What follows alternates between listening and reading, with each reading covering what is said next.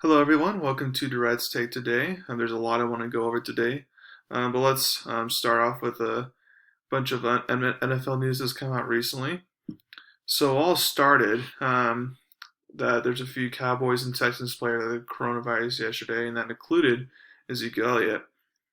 So I know players and coaches have been getting it throughout this whole time, whether it's been at its peak or not. But I mean, Zeke getting the coronavirus just reminds me of what the season could hold, assuming this continues to happen. Not, I don't feel like at a rapid pace like it was at the very beginning, but like even at a slow pace, for example. So it's going to be a disadvantage for the people who don't are not going to have their star players. So, for example, let's say I know Zeke's not going to get during the season because he got it now, and so far it shows it's not going to come back. But let's just say that Zeke had the coronavirus during 2 weeks where they were going to go to Philadelphia to play and then host Pittsburgh to play. Well, the Cowboys would be lucky to go 1-1 in those 2 game stretch, but if Zeke's going to be out because of coronavirus, then they're going to go 0-2. And that would include for any other potential star players like Amari Cooper or Dak Prescott or something like that. They're just going to go, they're not going to win all their games. And that makes a difference on how the season ends for them, whether they make the playoffs or not, because it all comes down to one game, in my opinion. Like, unless you're like a 14-2 type of team or a 7 or under win type of team, like every game counts. So it affects them. So it's going to be a real advantage for the opposing teams, but a real disadvantage for the teams that have to go through it. So on the bright side, it'll make the season even more mysterious and exciting than it already is. But it's definitely going to have the greatest and also weirdest impact that unlike any other normal season. So it'll be interesting to see which teams have the least effects from the coronavirus, and which teams are able to benefit from that, and which teams are not. But hopefully things will get back to somewhat normal since the pandemic hit, and I feel like it can be. So moving on, some other interesting news is that the 49ers head coach Kyle Shanahan got a 6-year contract extension, so until 2026 season. So some of you may say it's a good move by the 49ers, some may not, but for me, I feel like overall it's a great move, and here's why. So Kyle Shanahan has already been to 2 Super Bowls so far, one as a coordinator, one as a head coach. So he has that Super Bowl experience. He's going to have Jimmy G as a starter for the long haul. Most of his star players, including the defense, are all young players. So he's going to be with all those players for a long time, assuming management can pay for all them, stuff like that. He's going to have mostly all of them for a long time. And he has a great assistant coaching staff. Now, people will say, well, his fourth quarter meltdowns in the Super Bowls as a cause for a red flag, and I understand that. In fact, I feel like his best chance to win a Super Bowl was last year. I'm not saying he might not win another one in his career. He might win one or so in 2 years or something like that, but I feel like his best chance was last season. So, but even if he doesn't ever win a Super Bowl again, even if it just gets there or it's just a playoff team, I feel like he's still a good fit. Not everyone could be a Belichick or Andy Reid, but Kyle is a top 8 coach in my opinion of all right now. I feel like the 49ers did the right move in keeping him for the long haul. I don't feel like he's all smoke and mirrors because he's such a young coach. I feel like with time he'll still continue to get better. So now moving on, talking about some head coaches makes me realize I should go ahead and make my top 10 list for NFL coaches. So this is basically everything up until now. So it's not, while there's some projecting in the future, I'm mostly based off past and present. So let's go. Before I go in the top 10, I want to go over my honorable mentions. Mike Zimmer from Minnesota is honorable mention. He has the team in the playoffs every year, or at least in the playoff discussion. They were in the second round. They were in the second round last year, and then that one year with Case Keenum as their starter, they made it to an NFC Championship game. So he definitely is a pretty good head coach. Next one is Mike McCarthy. Now I know Mike has been coaching the past season, and his last season in Green Bay was really horrible. But before that, he's won a Super Bowl. He's been a perennial playoff team. He's been a good, consistent coach, just working with other quarterbacks that really good. So, like, he has a bunch of coaching experience. I feel like he's top 10. And now this season, his first season back, will really tell, okay, is he going to be like he was towards the end of Green Bay, and he's just kind of out, and he will be out in a few years, or he's going to be, okay, now he's back to where he once was. Another one was Doug McDermott, the Buffalo Bills. This one's a lot This one's a little bit about projection because they're going to be good for the future. But so far, based off what I've seen this past season, he's a really good head coach. They're going to have the same offense and defense for a while, so he's going to be able to continue success.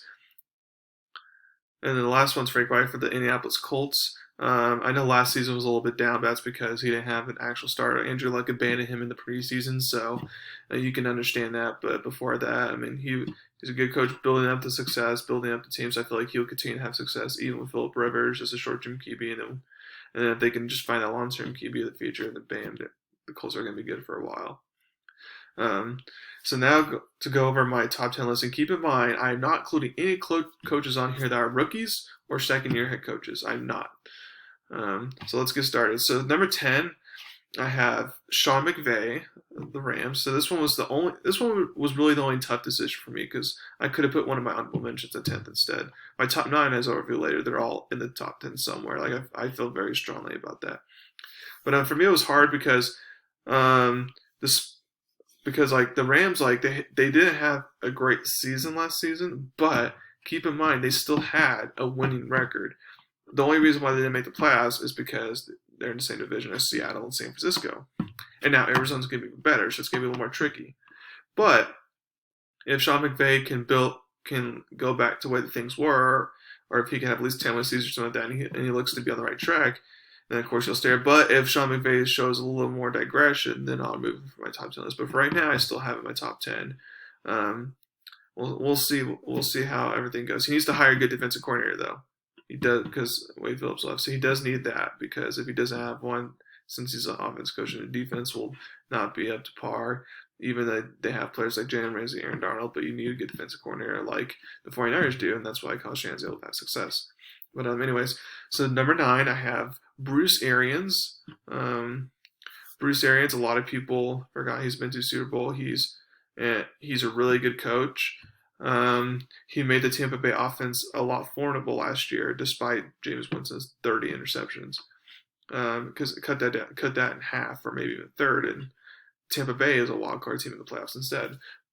But I feel like now with Tom Brady at the helm for 2 seasons, he's gonna be back in the playoffs, and it's gonna be exciting to see what he can do with the GOAT of quarterbacks. 8 is Doug Peterson. Now, a lot of people feel like he may belong a little bit higher. But besides that one season, Carson Wentz, and then went on that Super Bowl run, it's been kind of so-so. Yeah, he's made the playoffs the past couple seasons in a row. But the one season after the Super Bowl, you can contribute that to Nick Foles. And then last year, even though he barely made the playoffs, it was a weak division, and Carson Wentz got injured as soon as the playoffs. So we don't really know how that would have gone. So in my opinion, if we can see Doug Peterson and Carson Wentz finish a season together, then I can more successfully establish, okay, where is he on the coaching list? Because I feel like he's a good coach, but I just need to see more evidence. Kyle Shanahan is 7 for me, and the youngest coach on my list. Let's wash away that one season where Jimmy G got injured, because whenever your starting quarterback gets injured, I count that season to wash anyway, whether it ended up being successful or not. But anyways, I feel like Kyle Shanahan's not all smoke and mirrors so far. I don't feel like he's McVay, in that this season a lot of coaches also figure him out and he's going to be stuck. I feel like some coaches may figure him out over time, but like he's going to continue to come up with new designs and new tricks and stuff like that to be able to stay one step ahead, because I feel like he's that special as a coach. 6 is John Harbaugh. Then again, not number 1. My top 2 is top 2, but anywhere from 3 to 6, basically, maybe even 3 to 8. Like, you can kind of put in any order you wanted to. But this is just my personal order. Like, it was kind of like 3A, 3B, 3C. It's all like pretty much even. But anyways, 6 is John Harbaugh. He had the best record last season with a sophomore QB who everyone thought was a project. So, and he has a really good loaded roster, really good defense. So he's going to win a Super Bowl in the future. But let's remember, he already won a Super Bowl, and it was with Joe Flacco as a quarterback. Now, Flacco's good, but he's not great. And yeah, he won one. But anyways, so now number 5 is Pete Carroll. Now, Pete Carroll's a little bit of a wild card here, because like with Russell Wilson, yeah, he's going to continue to be good. He's already been in 2 Super Bowls, won one, although he should have won 2. Again, if he would have won 2, he would have been higher up on this list because of that coaching mistake. That's why he gets digressed a little bit.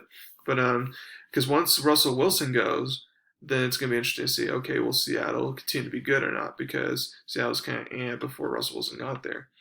But I believe Pete Carroll is a good head coach, and he'll continue to have Seattle in contention every year, whether Wilson's quarterback or not. But hopefully Wilson is. 4 is Sean Payton. Now, it still amazes me that he's only won 1 Super Bowl, because in my mind, he's such a granted, it was against the top 5 QB of all time, Peyton Manning, but because he's such a good coach, in my opinion, even though he's had a few losing seasons and stuff. But I feel his coaching skills is going to really show once Brees retires after this season, and whether he has Taysom Hill or James Winston, like it's going to show, and he's going to be, and he's in my mind, he's going to win a Super Bowl at some point before he retires eventually. 3 is Mike Tomlin. Now, people forget he has won 2 Super Bowls, and he hasn't had a losing season so far. Even last year, with all dysfunction and injuries, he didn't have a losing season. It was 8-8. Like he was pretty unbelievable. And Pittsburgh's got a good defense for a while, but Mike Tomlin, over the years, I'm not projecting that good of a future for them because Big Ben's going to retire. The offense just not that good. They don't have all the good pieces, so I feel like he will start to fall down this list really soon. But for right now, he's still top 3 worthy. So now top 2, it's obviously between Andy Reid and Bill Belichick. I'm going to go with Andy Reid too. So coming off his first Super Bowl, the Chiefs should at the very least make the AFC Championship for the 3rd year in a row. I feel like they can easily go to the Super Bowl. They'll repeat as champions this year because they're that good. And he's going to be good for the next decade. I'm looking forward to see what Andy Reid could do there. And then number 1, obviously, is Bill Belichick. He's obviously the GOAT of all coaches, though. But it'll be interesting to see what he does. I'm not expecting him to be good this year, but let's say next year, let's say they're bad and they get like a Justin Fields or something, or they go in free agency and get Dak Prescott or something, like, will they get back to, okay, now we're a playoff contender every year, or, okay, now are we automatically back to Super Bowl contenders every year, or neither, because Bill Belichick wasn't great a coach when he was in Cleveland, and without Tom Brady, he was so-so as a coach. But I feel like we should all expect him not to be a good coach next season, but in my mind, it's going to take a couple seasons for him not to be a good coach, or for him to potentially finally be moved from number 1 on my list. But there you have it. There's the top 10 coaches. So Bill Belichick 1, Andy Reid 2, Mike Tomlin 3, Sean Payton 4, Pete Carroll 5, John Harbaugh 6, Kyle Shanahan 7, Doug Peterson 8, Bruce Arians 9, and Sean McVay 10. So that's it. Thank you very much for listening to my show today. Please remember to subscribe and leave comments if you have anything you want me to talk about future. And thank you very much. You all have a wonderful day.